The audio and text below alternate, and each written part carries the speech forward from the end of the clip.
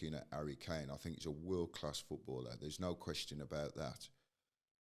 But I'm thinking at the Euros, does he start for England? Now, I know he's going to start, but for me, I'm looking at him, and don't get me wrong, I'm not saying that Harry Kane's not a world-class player. He's a world-class player and scores a lot of goals, but I'm talking about the balance of the team to win.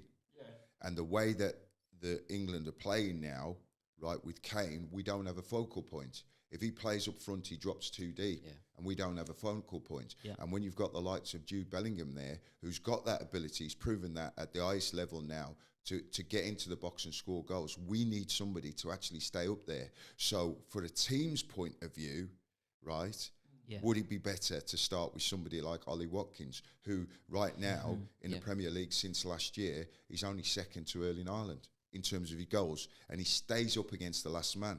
So if we've got the likes of Bellingham and Foden in midfield who can make those runs, that's better for us, because if I know people have the argument, well, if Kane drops, he leaves the space for the midfield players to run in, but I'm just looking at overall at what happens with Harry Kane when he plays. Like, you've seen what happens at Spurs, you've seen now what happens at Bayern. He scores an awful lot of goals. Yeah. But he's still not winning anything.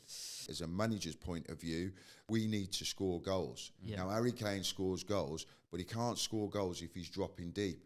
You know, as a centre back, if Harry Kane drops deep for me, I'm happy. True. I'm happy. As a centre back, if he's dropping into midfield, I'm happy to see him there. I don't think Ollie Watkins is world class in terms of his back to goal playing. He's got better at it with Villa, but I tell you what, he's brilliant at the moment. He's pulling off the shoulder of defenders and running in behind and keeping the back four honest.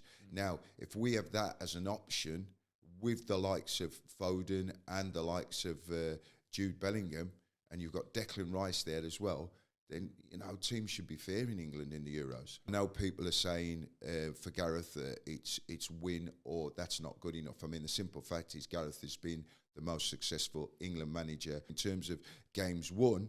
And, you know, everybody can say, well, Gareth's got the players he has, but so did Capella, so did Venables, and they still haven't done better than what Gareth's done. It's almost been brave, you know, to go and win the tournament.